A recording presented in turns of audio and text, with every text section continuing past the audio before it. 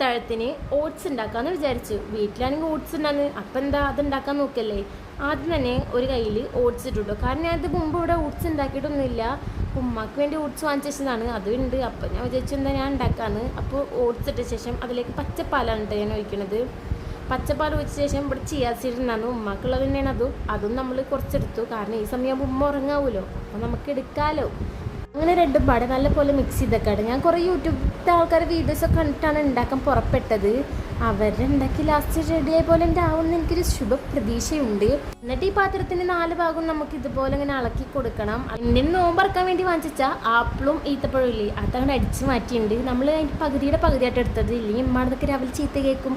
അപ്പം നമ്മൾ എന്ത് ചെയ്തു, അത് നല്ല നൈസായിട്ട് ഇങ്ങനെ കുഞ്ഞു പീസാക്കിയിട്ട് അരിഞ്ഞിട്ട് അത് ആഡ് ചെയ്യാൻ വെച്ചു. ഇപ്പോൾ ഈത്തപ്പഴം ഇതുപോലെ കുഞ്ഞു പീസാക്കിയിട്ട് അതും ഇതിലേക്ക് ഞാൻ ചേർത്ത് കൊടുത്തിട്ടുണ്ടായിരുന്നു. ഒക്കെപ്പാടെ ഇട്ടിട്ട് ഇളക്കി കൊടുത്തിട്ട് ഞാൻ ഫ്രിഡ്ജിലേക്ക് വെച്ചു. അപ്പം അത് എടുത്തിട്ടുള്ളൂ. Okay, bye friends.